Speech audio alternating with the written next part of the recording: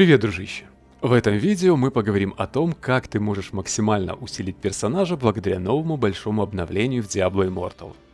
Я около суток просидел в игре после обновы, чтобы оценить на собственной шкуре, что именно сделали разработчики, и рассказать об этом тебе. Все охватить быстро невозможно, но я уже готов поделиться с тобой первыми выводами. Обновление мне в целом понравилось, но не обошлось и без ложки дегтя. Начну с дегтя и к концу видео расскажу о самом интересном. Новая локация. Разрабы приготовили для тебя длинный и скучный почти часовой квест, который раскроет новую локацию Вершина Бури. И заодно познакомит с некоторыми боссами адского реликвария. Квест обязательный и оставляет стойкий привкус зря потраченного времени. Мало того, что ты сам упаришься, так еще и союзный НПС вдруг начнет тебя под конец абьюзить и выставлять дегенератом, из-за которого погибнет весь мир. Мудрый Декарт Каин, конечно, заступится и попытается объяснить, что проблема не в тебе, а в слишком высокой пальме, с которой тебя роняли в детстве головой вниз. Но в целом настроение после квеста как будто обосрался во время выпускного бала, и это выложили на YouTube. У защитников Санктуария теперь остается лишь призрачная надежда как-то перехватить осколок камня мироздания, который благодаря тебе вот-вот окажется у Диабло. Так что, если ты не латентный мазохист, рекомендую проматывать диалоги. Кроме попыток вызвать чувство вины, они смысловой нагрузки не несут. Теперь поговорим о более интересном. Как я и предполагал в прошлом видео, появилась сложность ад-6. Кроме нее сделали ад-7 и даже ад-8. Разрабы на этом не успокоились, а пересмотрели требования к боевому рейтингу в сторону снижения, начиная уже с уровня сложности ад-2. То есть сделали игру максимально простой и быстрой для новых игроков. И если ты сейчас решишь, что все, можно расслабиться, то наступишь на те же грабли, что и я. Тебе стоит обратить внимание, что теперь есть разница между уровнем мобов в открытом мире и в данжах. То есть, играя на сложности от 6, которая требует 6175 боевого рейтинга, ты можешь хорошо себя чувствовать против мобов на всех локациях. Но внимательно читай требования к боевому рейтингу на входе в данж. Я первый раз не успел прочитать и заскочил в монастырь. И поверь, проходил я его далеко не безмолвно. Говорят, секрет жизни в том, чтобы 7 раз упасть, но 8 раз подняться. Так вот, я с лихвой прочувствовал этот секрет жизни, потому что упал 13 раз. После чего вспомнил другую великую мудрость. Кто понял жизнь, тот не спешит. Поэтому не спеша лежал, предвкушая, как я разнесу такой баг в видео, и ожидал, пока Патька добьет босса и меня воскресят. Но надо отдать должное, в разрабах все-таки есть что-то человеческое. Сделали же они этот последний сундук, для открытия которого нужны все 4 живых перса. Иначе кидали бы одноразовые патьки тебя дохлым и не думали бы воскрешать в 95% случаев. По итогу оказалось, что никакого бага нет. Просто мобы в данжах на ад-6 на 800 очков боевого рейтинга более лютые, чем мобы в открытом мире. Не кисло так, да? Вообще, какие 3 момента выбешивали почти всех, кто фармил зеленые сетовые вещи в данжах?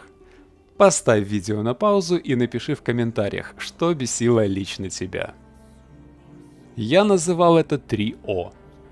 Отсутствие команды, отсутствие зеленого лута и отсутствие кузнеца, чтобы не выбрасывать хотя бы часть того хлама, который разрабы почему-то называют лутом.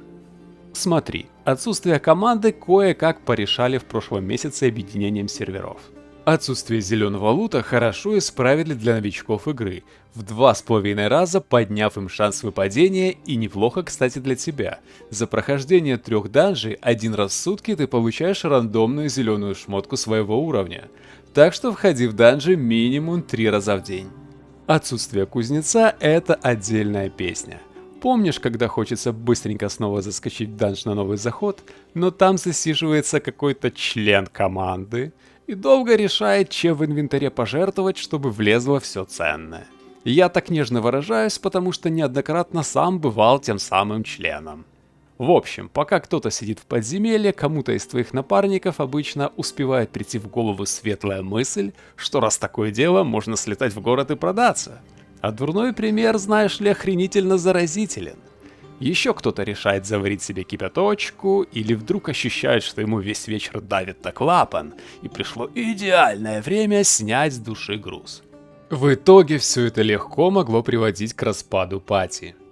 И если взять кузнеца, которого наконец-то поставили в конце данжей, то уверен, для программистов тут работы было меньше, чем для тестировщиков. Кузнец был уже реализован в порталах и в тайных логовах, но в обычные данжи его ставить упрямо не хотели, хотя он там был нужен не меньше, чем туалетная бумага в общественном туалете. Те, кто думает, что разработчики мерзкие садисты, поверьте, это не всегда так. Скорее всего, таким способом маркетологи Blizzard пытались заставить нас покупать дополнительные ряды в инвентарь, чутка оживить пустые локации городов и простимулировать дольше побыть в онлайне. Но задумка оказалась достойной премии Дарвина. Игроки проголосовали снижением онлайна и потому в данже поставили кузнеца. И хотя в играх уровня Diablo Immortal это не благотворительность, а вынужденный ход, но все равно спасибо. Теперь о самом интересном.